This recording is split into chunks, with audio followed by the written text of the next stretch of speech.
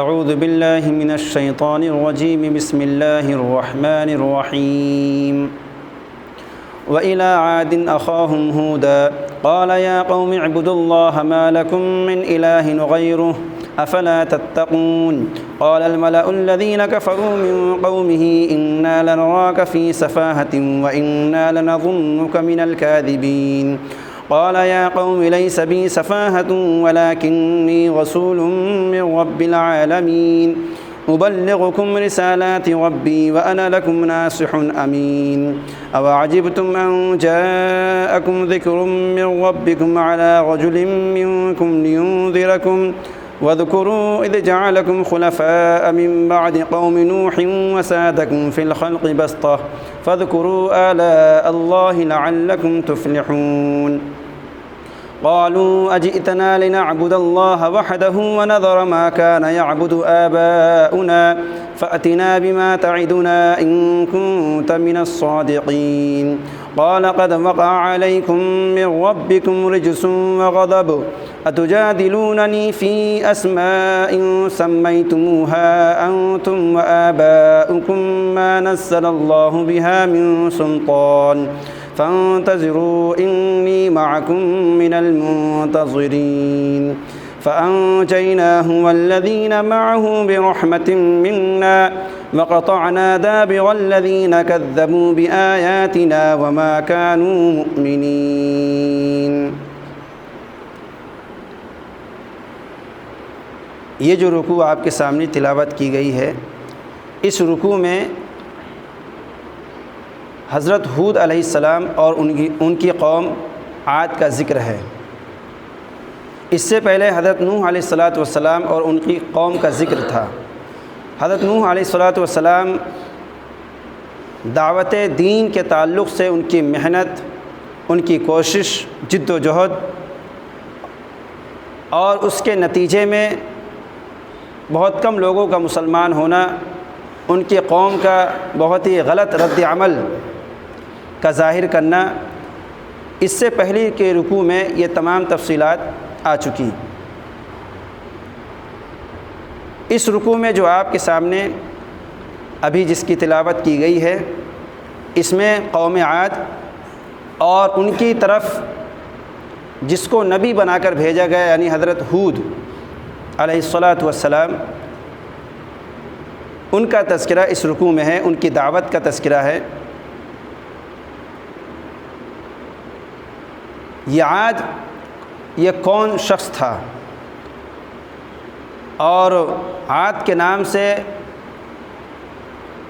پوری قوم موسوم ہوئی۔ یہ عاد نام کا ایک شخص حضرت نوح علیہ السلام کی 5ویں پشت میں اور ان کے بیٹے سام، نوح کے بیٹے ایک سام تھے، سام کی اولاد میں ہے۔ اسی طریقے سے حضرت ہود علیہ السلام یہ بھی حضرت نوح علیہ السلام کے 5ویں پشت میں اور ان کے بیٹے سام کی اولاد میں سے ہیں۔ تو اس طریقے سے عاد اور حضرت ہود یہ سام کی نسل میں سے 4تھی پشت پر جا کر جمع ہو جاتے ہیں، اور اس طریقے سے عاد اور حضرت ہود یہ نسبی بھائی کہلاتے ہیں۔ اسی لیے یہاں پر قرآن پاک میں وَإِلَىٰ عَادٍ أَخَاهُمْ هُودًا فرمایا گیا ہے کہ ہم نے عاد کی طرف ان کے بھائی ہود کو بھیجا۔ تو عاد اور ہود یہ دونوں نسبی بھائی تھے، اور عاد کے نام سے ہی پوری قوم کو قوم عاد کہا جانے لگا۔ یہ قوم عاد اپنے وقت کی، اپنے زمانے کی بڑی طاقتور، بڑے قد آور اور قویل جثہ لوگ تھے۔ ان کے 13 خاندان تھے، عمان سے لے کر حضرموت اور یمن تک ان کی بستیاں آباد تھیں، قائم تھیں۔ ان کی زمینیں بڑی سرسبز و شاداب تھی، بڑی زرخیزی تھی اس میں، اور ہر قسم کے باغات تھے۔ یعنی اللہ تعالیٰ کی جو نعمتیں اس دنیا پر ہیں وہ ساری نعمتوں کی بارش ان پر ہو رہی تھی۔ ڈیل ڈول میں بھی یہ اپنے زمانے کے بڑے طاقتور اور قد آور لوگ تھے، اور اس کا تذکرہ یہاں پر کیا گیا ہے آگے آیت میں، وَزَادَكُمْ فِي الْخَلْقِ بَسْطَةً، کہ اللہ تعالیٰ نے انہیں ڈیل ڈول میں بہت بڑا کیا تھا۔ ان کا ڈیل ڈول جو تھا وہ بہت زیادہ لمبا اور چوڑا تھا۔ تو یہ اپنے زمانے کی بڑی طاقتور قوم تھی، اور بڑے اونچے اونچے محلات رہنے کے لیے بناتے تھے، ہم اور آپ اس کا تصور نہیں کر سکتے۔ اور قرآن میں تو یہاں تک آتا ہے کہ وہ پہاڑوں کو تراش کر گھر بناتے تھے۔ یہاں تو پتھر کو جوڑ جوڑ کر بنایا جاتا ہے، اینٹوں کو جوڑ جوڑ کر لوگ محل بناتے ہیں، قصر بناتے ہیں، وہ پورے پہاڑ کو کھود کر تراش کر اسی میں رہنے کے لیے وہ جگہ بناتے تھے، اور محلات کی ان کی شکلیں ہوتی تھیں۔ اور آج بھی ایسے مکانات، ایسے محلات پائے جاتے ہیں جو پورے پہاڑ سے ہی کاٹ کر بنایا گیا ہے۔ تو دیکھنے سے بات معلوم ہوتی ہے کہ قرآن پاک کی یہ بات اپنی جگہ پر بالکل 100% سچ ہے، کہ بڑے بڑے پہاڑوں کو تراش کر خراش کر وہ محلات بناتے تھے رہنے کے لیے۔ تو ایسی عظیم اور طاقتور قوم کی طرف حضرت ہود کو اللہ تعالیٰ نے نبی بنا کر بھیجا۔ اللہ تعالیٰ کی بے شمار نعمتیں ان پر بارش کی طرح برس رہی تھیں، مگر ان کی کج فہمی نے ان نعمتوں کو ان کے لیے وبال جان بنا دیا، اور اللہ رب العزت کی نعمتوں کو فراموش کر کے یہ بت پرستی میں مبتلا ہو گئے اور اللہ تعالیٰ کی ناشکری کرنے لگے۔ تب اللہ تعالیٰ نے ان کے پاس حضرت ہود کو بھیجا، اور انہوں نے اپنی قوم کو اللہ کی عبادت کی طرف دعوت دی، اور فرمایا کہ اللہ سے ڈرو، اس کے عذاب سے ڈرو، نافرمانی سے، سرکشی سے باز آ جاؤ۔ یہ حضرت ہود علیہ السلام ان کے بیٹے تھے یعرب ابن قحطان، جو یمن میں جا کر آباد ہو گئے تھے۔ یمن آج ایک چھوٹا سا ملک ہے، وہاں جا کر آباد ہو گئے تھے۔ یہ یمنی جو اقوام پائی جاتی ہیں، یہ سب جو ہے یعرب ابن قحطان کی ہی نسل سے ہیں،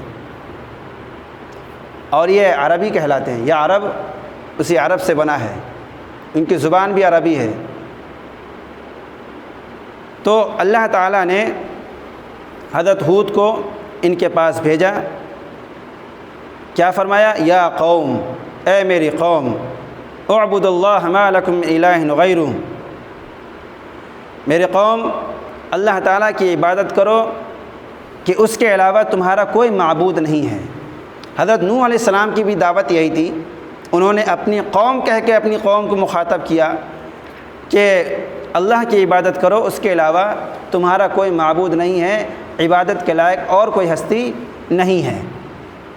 افلا تتقون، کیا تم ڈرتے نہیں ہو؟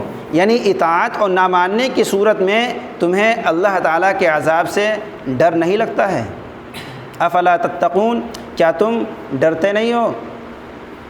اب جواب کیا دیا قوم کے لوگوں نے؟ وہی جواب جو ہر پیغمبر کی قوم نے اپنے پیغمبر کو جواب دیا۔ قال الملأ الذین کفروا من قومہ، ان کی قوم کے جو کافر سردار لوگ تھے، سربراوردہ لوگ جو کافر تھے، انہوں نے کہا انا لنراک فی سفاہہ، کہ ہود ہم تمہیں کم عقلی میں پاتے ہیں، وَإِنَّا لَنَظُنُّكَ مِنَ الْكَاذِبِينَ، اور ہم تمہیں جھوٹا خیال کرتے ہیں، جھوٹا گمان کرتے ہیں۔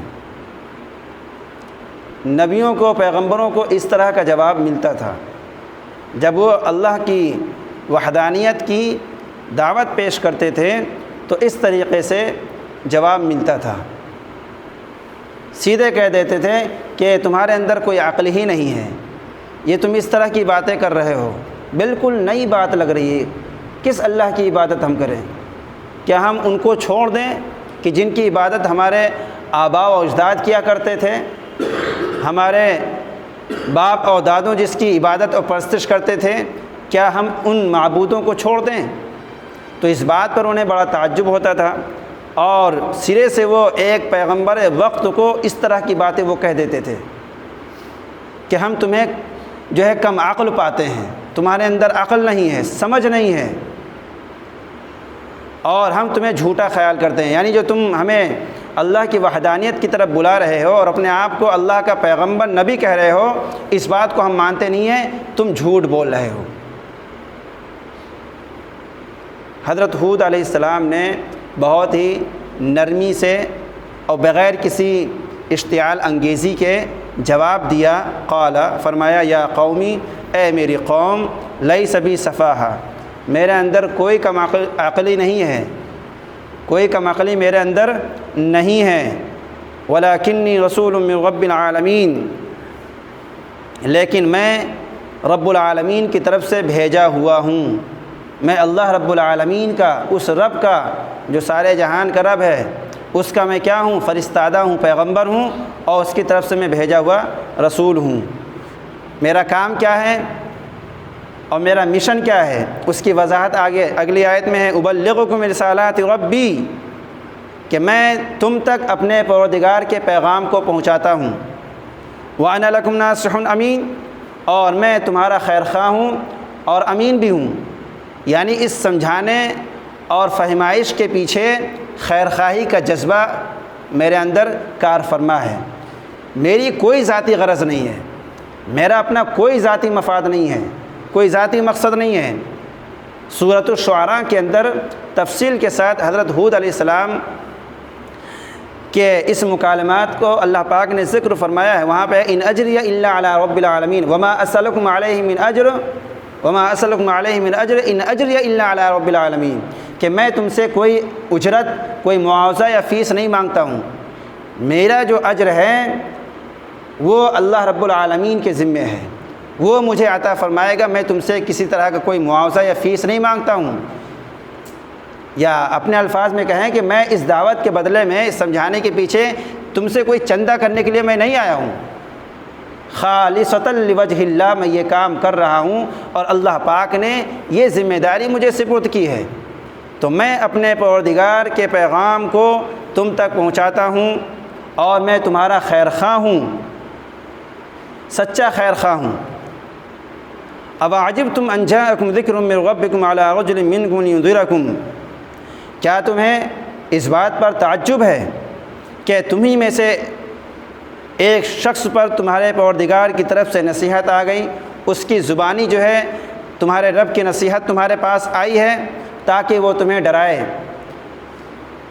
ہمیشہ کفار و مشرکین کو اور خدا کے نافرمانوں کو اس بات پر بہت تعجب ہوتا تھا کہ ہمیں میں کا ایک شخص جو ہے، جو کل ہمارے ساتھ رہتا تھا، آج وہ اپنے آپ کو نبی کہلوا رہا ہے، اپنے آپ کو اللہ کا پیغمبر کہلوا رہا ہے، تو یہ بات ہم کیسے مان لیں؟ اگر اللہ تعالیٰ کسی کو پیغمبر بنانا ہوتا، کسی کو رسول بنا کر بھیجنا ہوتا، نبی بنا کر بھیجنا ہوتا، تو وہ اپنے فرشتوں کو بھیجتا، اپنے کسی فرشتوں کو بھیج دیتا۔ ہم جیسے انسانوں میں سے نبی کو بنانا، یہ جو ہے ہمارے سمجھ میں نہیں آتا ہے۔ اس بات پر انہیں بڑا تعجب ہوتا تھا۔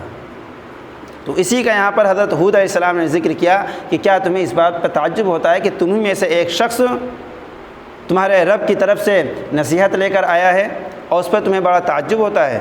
وہ اسی لیے آیا ہے تاکہ تمہیں وہ ڈرائے، اللہ کے عذاب سے ڈرائے، آخرت کے عذاب سے ڈرائے۔ آگے فرمایا حضرت ہود نے، وَاذْكُرُوا إِذْ جَعَلَكُمْ خُلَفَاءَ مِن بَعْدِ قَوْمِ نُوحٍ، تم یاد کرو کہ جب تمہیں قوم نوح کے بعد اس نے، یعنی اللہ تعالیٰ نے قوم نوح کے بعد تمہیں آباد کیا، اللہ پاک نے انہیں طوفان نوح میں ڈبو دیا تھا، غرق کر دیا تھا، ہلاک کر دیا تھا۔ اب اس کے بعد تمہاری نسلیں پروان چڑھیں، اللہ نے تمہیں آباد کیا زمین پر، تو اس چیز کو یاد کرو۔ وَزَادَكُمْ فِي الْخَلْقِ بَسْطَةً، اور تمہیں قد و قامت میں بہت زیادہ وسعت دی، تمہارے ڈیل ڈول کو بہت پھیلا دیا ہے۔ جسمانی طاقت تمہیں عطا فرمائی ہے اور تمہارا جو قد ہے، تمہاری لمبائی چوڑائی جو ہے وہ بہت زیادہ اللہ پاک نے کر دیا ہے، تو یہ بطور نعمت کے ہے، اسے تم یاد کرو۔ فاذکروا آلاء اللہ لعلکم تفلحون، لہٰذا اللہ تعالیٰ کے ان نعمتوں کو یاد کرو، اللہ تعالیٰ کے ان احسانات کو یاد کرو تاکہ تم کامیاب ہو جاؤ، فلاح پا جاؤ۔ یہ نصیحت حضرت ہود علیہ السلام اپنی قوم کو کر رہے ہیں۔ اب آگے قوم نے جواب کیا دیا حضرت ہود کی اس نصیحت کا، اس دعوت کا؟ قالوا، ان لوگوں نے کہا، اجئتنا، کیا تم ہمارے پاس اس لیے آئے ہو، لنعبد اللہ وحدہ، کہ ہم ایک اللہ کی عبادت کریں؟ سینکڑوں معبودوں کی عبادت کرنا ان کے دماغ میں یہ بات آتی تھی، سمجھ میں بات ان کے آتی تھی، لیکن یہ بات ان کے سمجھ میں نہیں آتی تھی کہ ایک اللہ کی عبادت کریں۔ یہ چیز ان کے دماغ کے کسی خانے میں، کسی گوشے میں بستی نہیں تھی، اور اس پہ انہیں بڑا تعجب ہوتا تھا۔ کہا کہ کیا تم ہمارے پاس اس لیے آئے ہو کہ ہم صرف ایک اللہ کی عبادت کریں؟ وَنَذَرَ مَا كَانَ يَعْبُدُ آبَاؤُنَا، اور ہم ان معبودوں کو چھوڑ دیں، ان چیزوں کو چھوڑ دیں جن کی پرستش، جن کی عبادت ہمارے باپ دادا کرتے ہوئے آ رہے ہیں۔ جب کوئی بات بتائی جاتی ہے تو لوگوں کو بڑا تعجب ہوتا ہے۔ یہ دیکھو، ہماری عمر ہو گئی 60 سال کی، 60 سال 50 سال سے ہم یہ چیز کرتے ہوئے آ رہے ہیں، اپنے دادا، اپنے ابا کو کرتے ہوئے دیکھا، اپنے دادا کو بھی کرتے ہوئے دیکھا۔ آج یہ مولوی صاحب بتا رہے ہیں، یہ تو نئی بات لگ رہی ہے، کہیں سنا نہیں، کہیں پڑھا نہیں۔ جب پڑھیں گے، سنیں گے، تبھی تو معلومات حاصل ہوگی۔ جب پوری زندگی کہیں پڑھا ہی نہیں، کسی سے سنا نہیں، علم حاصل کیا نہیں، تو جو بات بتائی جائے گی وہ نہیں لگے گی، جو بات بتائی جائے گی وہ نہیں لگے گی، اور پھر اس پر یقین کرنا بہت مشکل ہوتا ہے۔ تو سوچنے والی بات ہے۔ لوگوں کی اسی نفسیات کا، اسی فطرت کا ذکر قرآن پاک میں کئی جگہ آیا ہے کہ جب انہیں اللہ کی وحدانیت کی دعوت دی جاتی ہے، ایک اللہ کی عبادت کرنے کی دعوت دی جاتی ہے، سمجھایا جاتا ہے، تو انہیں یہ دعوت بہت نئی لگتی ہے۔ کیوں؟ کیونکہ وہ بچپن سے ہی جو ہے غیر اللہ کی عبادت کیا کرتے تھے، کرتے ہوئے آئے، ان کے باپ بھی وہی کرتے تھے، ان کے دادا پردادا بھی وہی کرتے ہوئے آئے، تو اس لیے انہیں پیغمبر کی دعوت بالکل نئی لگتی تھی، اور اس طرح کا جواب دیتے تھے کہ تم ہمیں اپنے باپ دادا کے دین سے چھڑوا رہے ہو۔ فَأْتِنَا بِمَا تَعِدُنَا، جب زیادہ مشتعل ہوتے ہیں، غصے میں آتے ہیں، تو کہتے ہیں فَأْتِنَا بِمَا تَعِدُنَا، لے آؤ جس عذاب کی تم ہمیں دھمکی دے رہے ہو، فَأْتِنَا، اسے تم لے آؤ، ان کنتم صادقین، اگر تم اپنے اس قول میں سچے ہو۔ جس عذاب سے تم ہمیں دھمکا رہے ہو، ڈرا رہے ہو، جس کا تم سے وعدہ کر رہے ہو، تو اگر تم اپنے اس قول میں سچے ہو، اپنی بات میں سچے ہو، تو لے آؤ۔ اتنی ڈھٹائی کے ساتھ یہ بات حضرت ہود علیہ السلام کی قوم کہہ رہی ہے کہ اگر تم اپنے قول میں، اپنی بات میں سچے ہو تو تم عذاب لے کر آ جاؤ۔ قال، حضرت ہود نے فرمایا، قد وقع علیکم من ربکم رجس وغضب، ان قریب تمہارے پروردگار کی طرف سے غضب اور عذاب آنا ہی چاہتا ہے، یعنی بہت قریب ہے، اسے دور مت سمجھو، بہت جلد تمہارے اوپر، تمہارے رب کی طرف سے عذاب اور غصہ و غضب آیا ہی چاہتا ہے۔ اتجادلوننی فی اسماء سمیتموہا انتم وآباؤکم، آگے فرمایا آپ نے کہ کیا تم چند ایسے ناموں کے سلسلے میں مجھ سے جھگڑ رہے ہو، جدال کر رہے ہو کہ جن کا نام تم نے، تمہارے باپ دادا نے تجویز کر رکھا تھا، تم نے اور تمہارے باپ دادوں نے چند ناموں کو تجویز کر رکھا تھا، ان ناموں کے سلسلے میں تم مجھ سے بحث کر رہے ہو، جدال کر رہے ہو، جھگڑا کر رہے ہو کہ یہ ہمارے معبود ہے، اس نام کے ہے، اس نام کے ہے، اس نام کے، سب کا الگ الگ نام ہوتا تھا، ہر بت کا الگ الگ نام ہوتا تھا۔ اور یہ نام کیسے ہیں؟